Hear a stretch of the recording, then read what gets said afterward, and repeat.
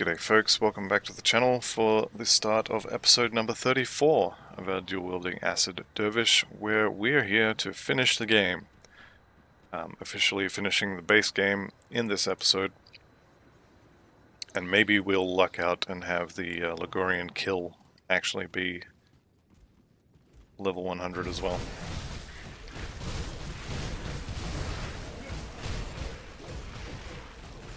So, coming in here, there's a couple things to sort of note about this floor. One is the giant green slug boss. Does a ton of poison damage, but is otherwise unremarkable. The other thing is there is a, what do they call them? Devotion shrine. And I was just about to mention it, but there is also totems, because totems are pretty much everywhere now. So, you know me. We're doing the totem. Let's just make sure... Nope, I don't see any arcanes. Try to remember to use that steel cyclone, or what is it called? Ring of steel. More often. The fumble is quite nice. Seal of might is a good one to have. Alright, let's go ahead and eat that and be on our way.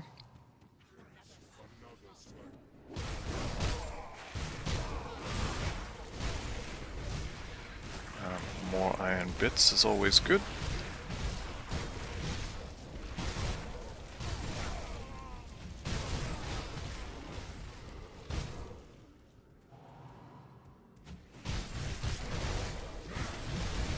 And this little room here, now this is something I do every single time I come through here, and I don't know why. This little secret wall here has a chest behind it, and it never, literally never drops me anything good. And I still come here and open it every single time. I don't know why. Here's our big green slug, who's going to die horribly and basically do nothing.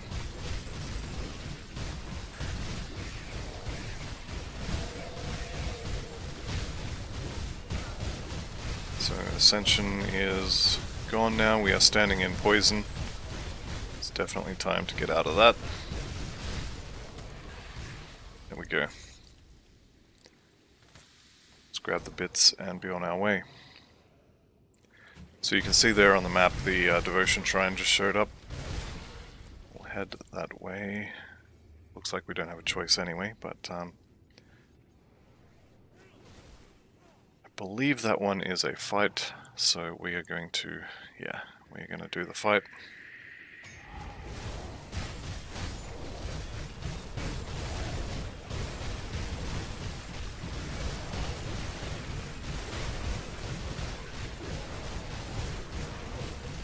We should get a good chunk of XP from clearing this, which pushes further towards level 100.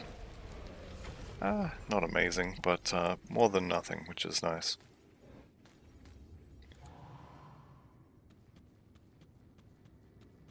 So, same deal here with this little secret room. I will go open it, even though it pretty much never has anything good in there. So, Chthonian Tyrant. Decent chunk of health. This little torch on the wall here will open this up. Also opens the other side. You can go in here, open these, pick up your green items, and be on your way. Yep, once again, never anything good from those, and I still go and open them every time. Alright, so we've already killed the big green slug man. Which means he's not going to be standing in front of the door to the next level, and so we can pretty much just walk in there. Which, we're just going to speed that up a little bit. Skip all this trash, and we will go down to the Seal of the Logorrian, which is my favorite area. You've probably heard me whinging about this in previous playthroughs, or previous difficulties of this playthrough, probably every time I come in here. But this place has an annoying habit of providing really long sections that you can walk and fight your way through, only to find a dead end at the end of it, and you have to walk all the way back. So we've got that to look forward to at least.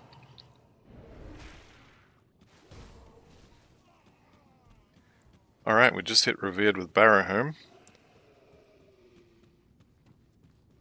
which I was not expecting. I thought we already had that, but that's fine.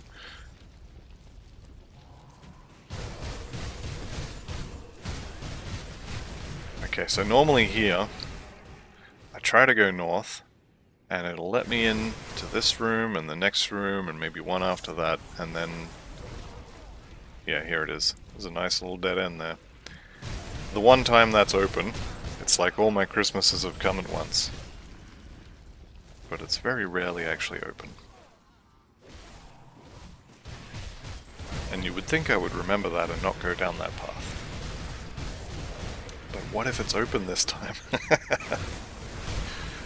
The one time I remember and I don't go that way will be the one time that it was open and I have to go back from coming this way. I guess that's, is that Sod's Law or Murphy's Law? I can't remember. It's probably both of them. Okay, so you pretty much hug this left wall all the way around the top of the map. I think you can go through the middle sometimes, but most of the time I usually end up coming this way. Chthonian seal though, so it's not entirely a lost or a loss. Alright, coming up to the head of the Chthonian cult, standing in front of the door to the Logorrian. Here he is, Bloodlord Thalanus, whose name I would probably remember if I actually went and read the quests and such again.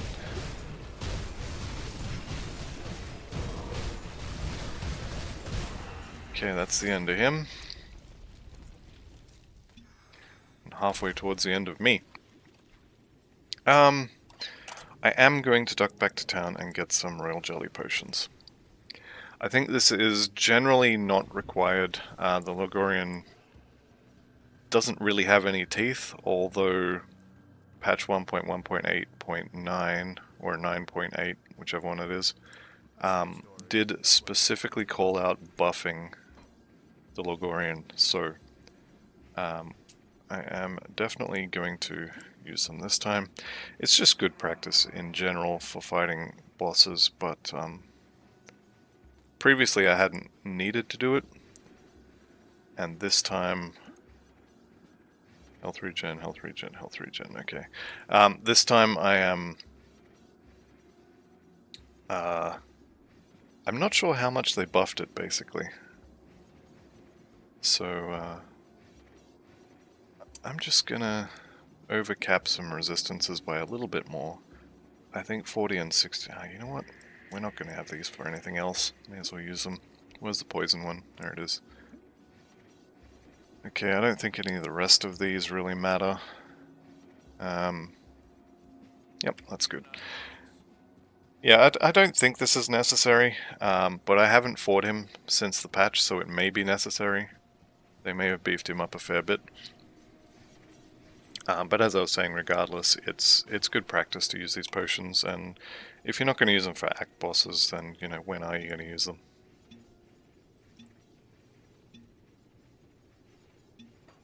Okay, let's go kill as a giant tentacle monster.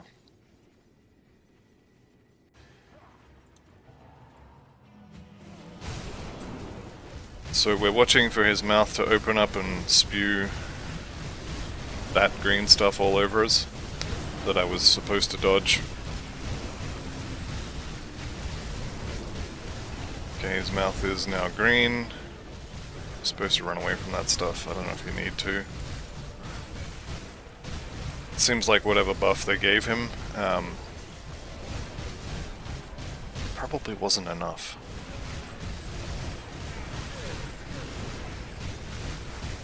Well, having said that, he's not dead yet, so there's a good chance that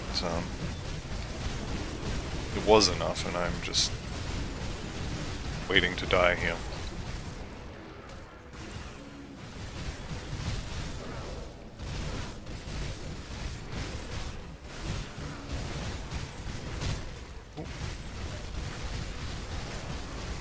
that was definitely a little scary.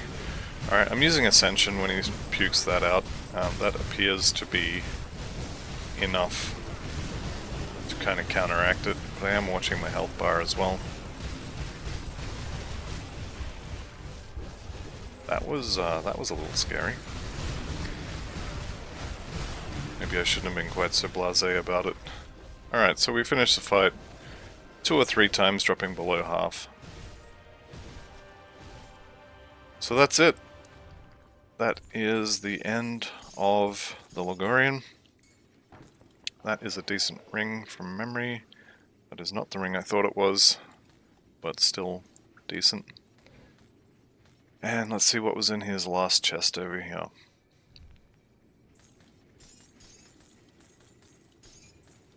Bits. His last chest had bits in it. Did he drop his shoulder ammo? Doesn't look like it.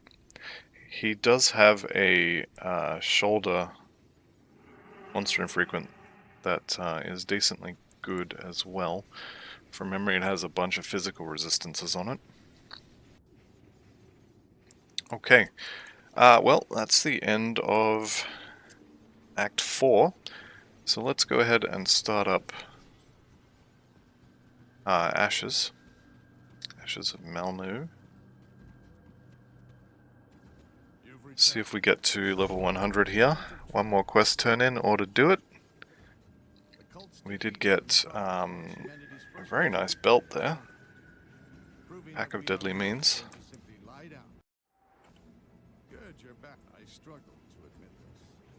Okay. Yes. Eat your conversation pie. Just give me the quest. Right, I'm gonna go shopping, and if I do my job correctly, you're not gonna have to watch this. Okay, and like I said, if I've done my job correctly, you will not have to see any of that shopping. I am, however, going to swap these belts over. So, I've got a Blade Ward powder here for PS Res, and I've got Dense Fur for Cold Res. I did try to get, I think it's Nightshade powder from the Rovers, but unfortunately we are not revered with them yet, so I have to go with the Blade Ward powder. But I'm going to apply those here, and we're going to use that instead of this one. So we do lose +1 to Nightblade, which is not ideal, because +1 to Oathkeeper is, what, 1, 2, 3, 4, 5, 6, 7, 8, 9 skill points? No, 11 skill points. +1 to Nightblade is like 5, 10, 15, 16, 17, and 19-ish skill points. So +1 to Nightblade is definitely better, but this belt is effectively +1 to Nightblade skills with 16% chaos resistance, and the rest of that doesn't matter. The Pack of Deadly Means, though, is a very good poison belt, and pretty good Dervish belt in general as well. So we got an extra +3 to Merciless Repertoire as well, so more poison damage. Right, with that said, let's go ahead and keep that belt for now. I'm not sure why, but I do tend to keep my old gear. And let's head into the Gloomwald, for which we need to go to Borage Village. And we head north.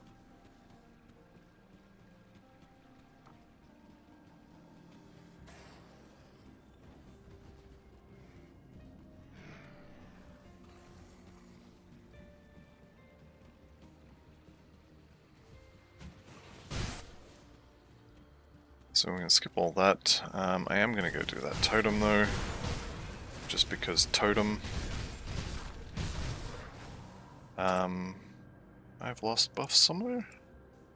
No, that's on, that's on, that's on. Those are all pets, those are both on. Nope, I still got them all.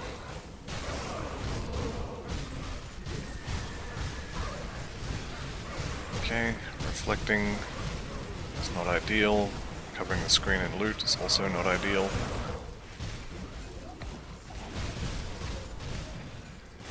Okay, and that should be all we need. Duelist Saber. Good to have, only so it never drops again.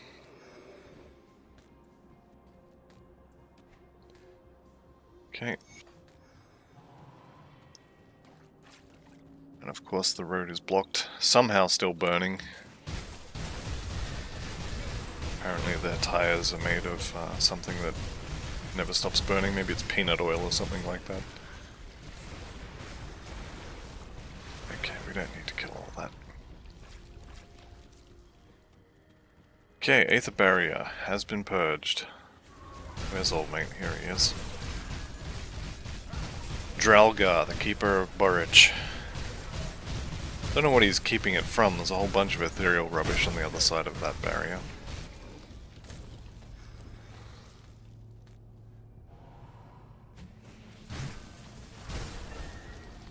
Okay, Aether Shards are good. Turn those into dynamites, which we turn into open treasure troves.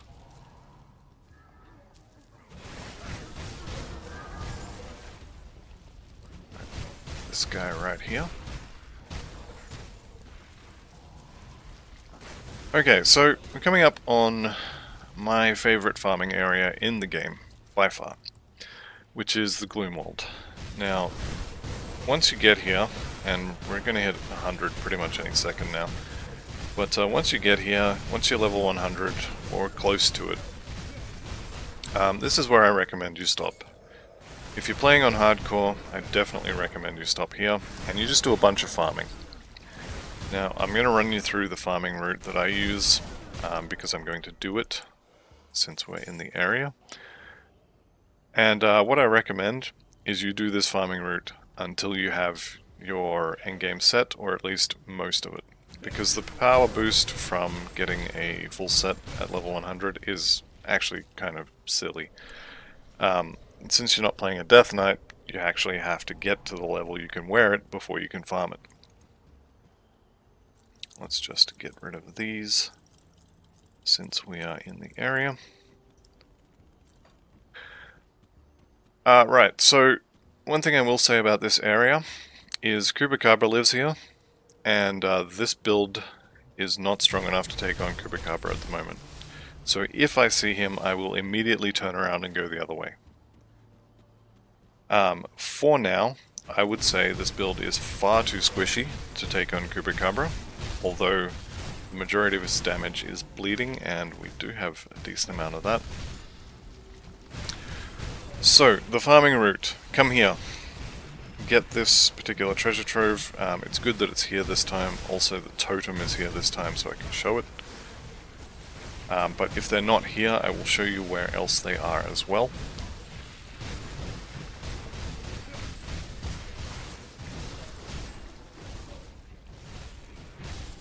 So once this guy gets out of the way. Alright, so treasure trove.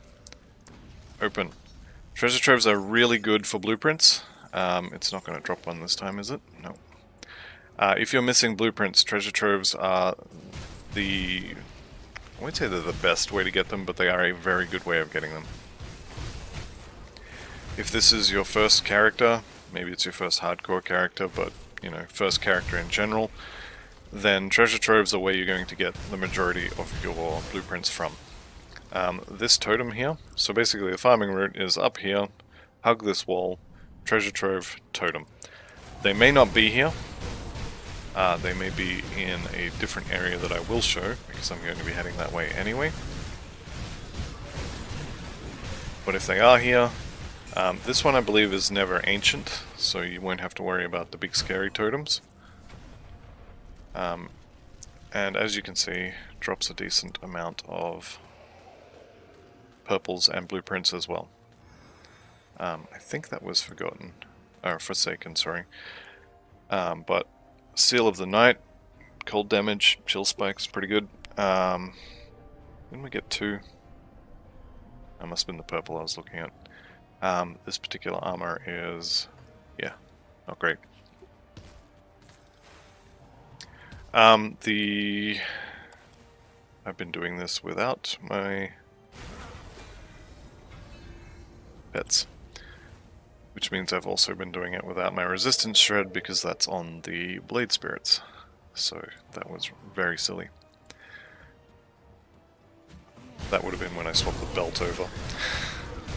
Alright, so first time through here, come into this house, open this chest, get the note about Nain's stash, read it, throw it on the floor. Now this cellar door here, so you come from the rift gate, which is here, hug the left, get the treasure trove, get the totem. These two may not be here. If they're not, just basically come down here into this cellar door. There are two things to note about this area. One, you may get an ancient ethereal totem. It's not showing on the map, and I think it would be by now, but I will show you where it is. Two, you get another guaranteed totem. We also just hit 100, which I didn't notice because I was probably talking.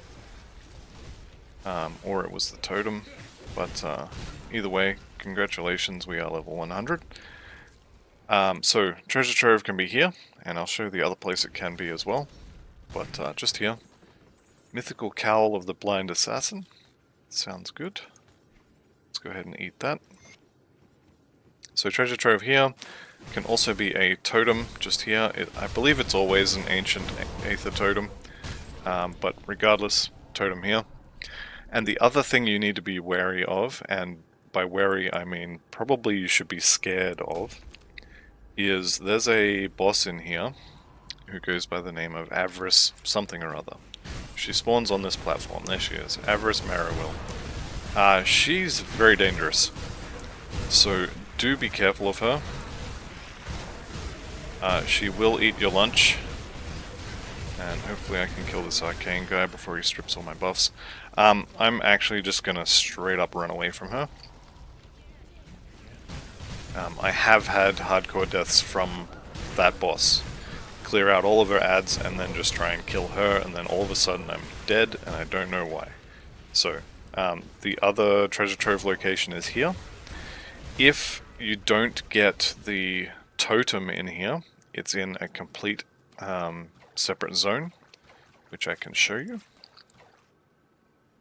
So anyway, the farming route is now from the rift, hug the left, get the treasure trove if it's here, get the totem if it's here, run down to the stairs, go through, get your guaranteed treasure trove, kill all this rubbish off so it doesn't kill me while I'm talking, get your guaranteed treasure trove, maybe get another totem, come out here. If you already got the treasure trove and the totem from this area, from the Gloomwald, then you don't have to do this bit. You can just either reset your instance and do it again, or maybe you want to go farm something else.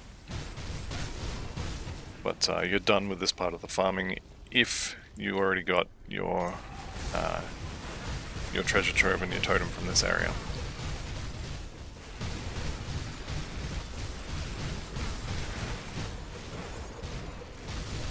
If you did not, however, then your treasure trove may be here, just next to this trap that I triggered earlier. So it could be on the floor here. Or there is one other location it could be.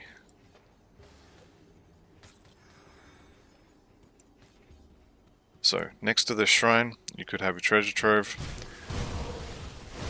All through this area as well, keep in mind, Chupacabra lives in this forest, and this build is not strong enough to fight him right now.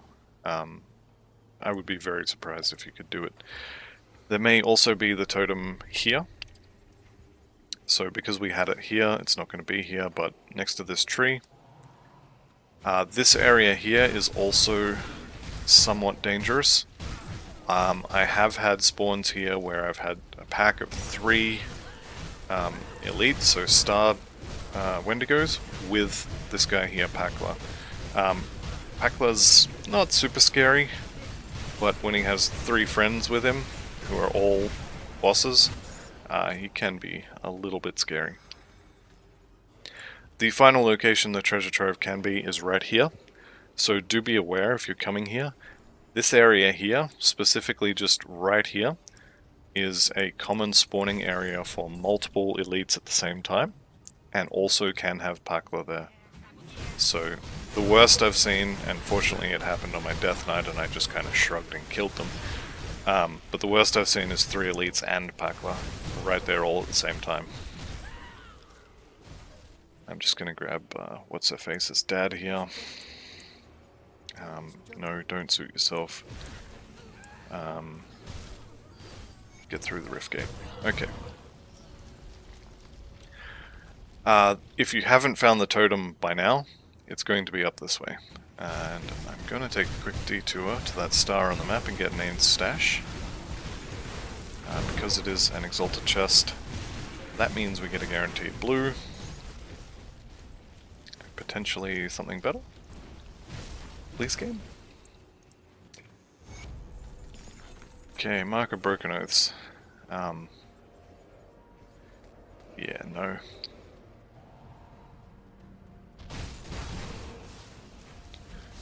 Okay, so just up here in this little north section that no one ever really comes to, this could be the location of your totem. Generally, sorry, not there, it's up here. Yeah, just here. Generally speaking, I don't come this far. If I don't find it in the previous spots, I just reset and go again. The totem here, I think, is never ancient, so it's not a particularly amazing one anyway. That's pretty lucky. So yeah, I almost never run up this far. Same as this little underground area here. I almost never go in here. The only things you're going to find in here is, well, this guy, but is the totem. If it wasn't in the previous cellar, it'll be in here. And also Avarice. If Avarice was not in the previous area, she will be in here as well. I believe it's this area where Avarice lives when she's in the area. So in here somewhere should be a totem. We didn't find the totem in the previous one, so it should be in here. And I'm not seeing it, so there must be a third spawn location. I am going to double check that in a second, because I thought there was only two.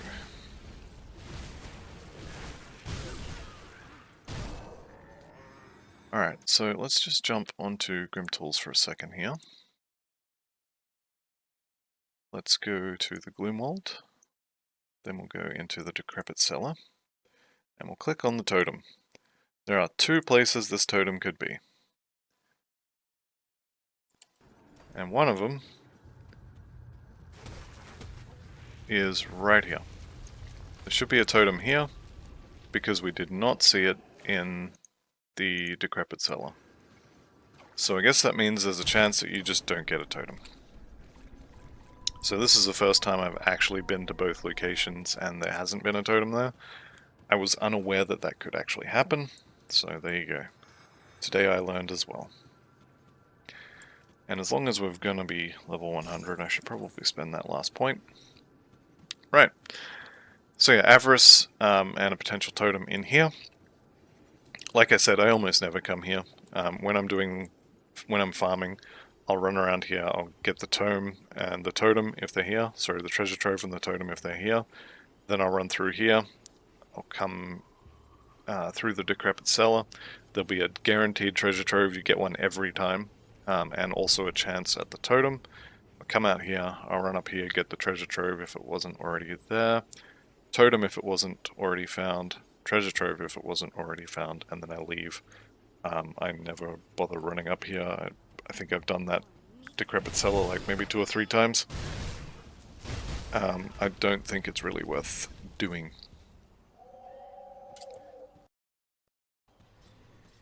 Right, so let's head into the Coven, and at that point I'll probably end the episode. There is one more thing I need to do on the way, and that is kill Caraxus, which should be relatively straightforward.